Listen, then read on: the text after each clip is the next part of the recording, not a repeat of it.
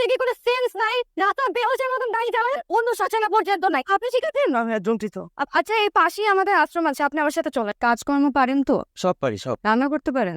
না ঘর পরিষ্কার, কাপড় কাচা, বাজার সদে বিল দেয়া? এগুলা ছাড়া সব পারবো। কালকে থেকে আপনি আমার পার্সোনাল অ্যাসিস্ট্যান্ট হিসেবে কাজ করবেন। আগে কাজ শিখবেন, তারপর বেতন। গান্ডিল আমি রাজি। ভাতটা খেয়ে নাও। দারুণ খাবার, আমি এত বছর খাবার আমি কখনো খাই নাই। এই খাবার খাইতে খাইতে আমগুলো জানি বইরা গেল আর আপনার এত ভালো লাগছে। জীবনে সময় জ্ঞান থাকা অনেক বেশি জরুরি, নাহলে বড় মানুষ হতে পারবেন না। জি ম্যাডাম। আমাকে ম্যাডাম ডাকবেন না, কি ডাকবো? আপু ডাকতে পারেন।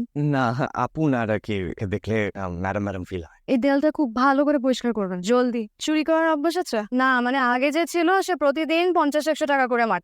না না না, আমার 50-100 মারার অভ্যাস নাই, মারলে বড় দেয় এক দিনে লাইফ সেট। আচ্ছা আপনি সবাইকে কিভাবে চালান? না একদিন তো আপনার সব টাকা পয়সা শেষ হয়ে যাবে। আমি চালাই না, বিদেশের বিভিন্ন নন প্রফিটেবল অর্গানাইজেশন আছে, ওরা ফান্ডিং কালেক্ট করে আমাদের মতন ছোটখাটো এনজিওতে ডিস্ট্রিবিউট করে। নিঃশ্বাস ছাড়েন, আমি বলছি নিঃশ্বাস ছাড়তে।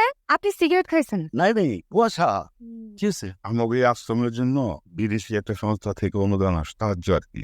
গত 15 দিন যাবৎ হঠাৎ করে বন্ধ হয়ে গেছে। কেন বন্ধ হয়ে গেল কিছু বুঝতে পারতেছে না, এটা নিয়ে মায়ের চিন্তায় আছে। ওরা দুইজনই আমার পূর্ব পরিচিত, আজকে থেকে এখানকার দায়িত্ব সবার নিতে। Thank you. ছেলেটা কত তাড়াতাড়ি আমাকে সবাই দিয়ে আপন করে নিচ্ছে দেখছিস। যারা যত তাড়াতাড়ি মানুষের কাছে চলে আসে তত তাড়াতাড়ি দূরে সরে যায়। আপনার জন্য চুরি চুরি চুরি আনলেন টাকা পাইলেন কই? বালিশের নিচ থেকে ওরে বুঝে ওরে তোমার ওষুধের টাকা। এসে না দিয়ে দেবো না। এই বাড়ির মালিককে একটু ডাকেন, তার সাথে একটু ব্যবসায়ী আলাদা চলে আসছে। আমি মালিক, বলেন। তাহলে তো জিনিসটা সহজ হয়ে গেল।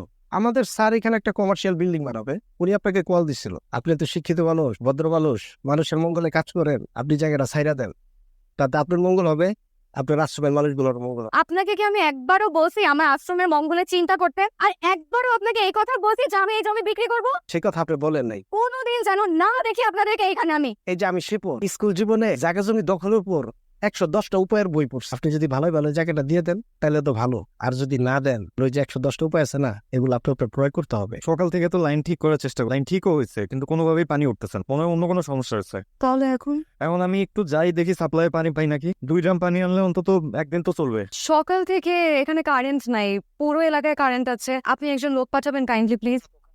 কিছুদিন কারেন্টের বাড়িটাও যাইবো গা। তো ভাই কথা বলেন না কেন? কথা বলেন।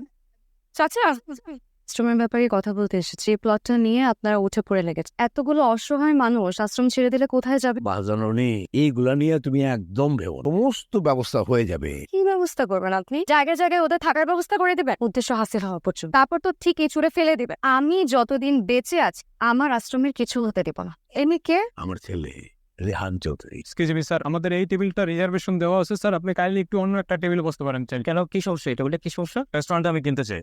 আমি সেলিম রেজা চৌধুরীর ছেলে, টেকনিকে দিয়ে যাচ্ছি, রিসিভ করে নিয়ে। তোমার লক্ষ্মী ছেলে কি কাণ্ড করছে দিয়ে শোনো। গতকালকে উনি একটা খেলনা কিনেছেন এবং সেই খেলনাটা ভালো, অসুবিধা হলো চাবি দিলেও খেলনাটা চলে না। কাম অন বাবা, রেস্টুরেন্টটা খারাপ কি? রেস্টুরেন্টটা লসে চলে আর এখনো ব্যাংক লোনটা চলমান। কি করছিস মা? তার নাম রেহান চৌধুরী, সেলিম রেজা চৌধুরীর একমাত্র ছেলে। আপনি হলেন একটা খুনি। বাবা তুমি আমি আশ্রমটা ছেড়ে যাও। বেইমানি করে আর কতদিন খাবো মানুষের কাছ থেকে? আমাদের আর কত টাকা প্রয়োজন তুমি আমার বুঝাও তো একটু। আমাদের কোনো কিছুর কমতি নেই, কিন্তু এই মানুষগুলো অসহায় বাবা। তুমি যদি আজকে এই কাজটা করো মানুষগুলোর জীবন ধ্বংস হয়ে যাবে বাবা। আমার ছেলে যা চাইতেছে তুমি কিন্তু সেটাই করবা। তুমি চাও যে আমি আশ্রমটা ছেড়ে দিই? হ্যাঁ বাবা। এই আশ্রমের যে লোকগুলো আছে তাদের প্রতি আমার ছেলের খুব দরদ, ওদেরকে ছাইড়া দিবা। আমার ছেলের মনে তো আমি কোনো কষ্ট দিতে পারবো না। পারবো? জি না স্যার। তবে আশ্রমের ওই মেয়েটা যেন কোনোভাবেই বেঁচে না থাকে, আগুন দিয়ে চালাই দিবা। আপনি এখানে কেন আসছেন? আপনাকে একবার বলছেন এই আশ্রমে আর কোনোদিন না আসতে। আপনি কোথায় যাচ্ছেন আপনি? কথা বলে কি কানে ঢোকে না আপনার? তুমি বুঝতেছো না, আমি বুঝতে চাইও না। আমাকে বুঝতে হবে, তোমাকে দেখতে হবে। সবসময় নিজের জায়গা থেকে দেখলে তো হবে না, একবার আমার জায়গা থেকে রাখার চেষ্টা করো। দেখবো আমি আপনার জায়গা থেকে। আমি মিথ্যা বলছি তোমার জন্য। আমি তুমি সকলের সাথে মিশছি তোমার জন্য। তুমি অসহায় ভান্দোষ, এটাও তোমার জন্য। আমি তোমাকে ভালোবেসে এখানে আসছিলাম, আজকে সকলের ভালোবাসায় আমি এখানে আসছি। তোমার জন্য আমার ভালোবাসা কোনো মিথ্যা ছিল না।